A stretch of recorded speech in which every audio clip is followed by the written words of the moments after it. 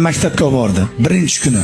Maktabdan shu yo'lda yuziga o'tirib aytgan bir gap hali qulog'imda. Bolam, mana shu yurtda seni ustozlaring yashaydi.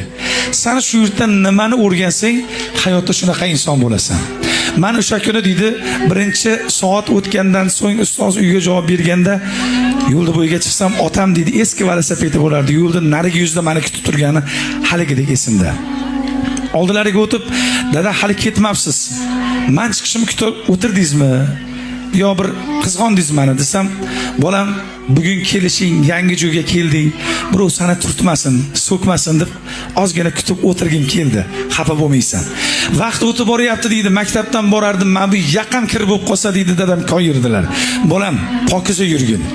Pokizaligida Alloh sevadi, Alloh yaxshi ko'radi. Yaxshisi ham, yomoni ham bizga keladi derdi. Hamma ila dada dedim. Bir kuni do'stlarim bilan deydi, 8-yo 7-sinfda bo'lgan voqeani aytayapti. Ko'chada ovqatlanib uyga borsak, onam shu varaqa qilgan ekanlar deydi. Shuni yemay kutib o'tirgan ekanda. Endi kamerani to'xtatib turur. Endi aytayaptiki, men uyga kirdim, qornim to'q. Onam shuvarani meni bilan yeyman deb kutib o'tirgan onam deydi. Qani ke bolam deb shuni shuvarani solib olib keldilar. Men notavon deydi o'shanda. Ona meni qornim to'q, sizlar bemalol, men ozgina charchadim, dam olaman deb kirib ketib turdim. Dadam so'kdilar. Bolam, mana shu onang ertalabdan kechgacha mehnat qilib sen uchun ovqat qildi. Ko'chada ovqatlanmagin.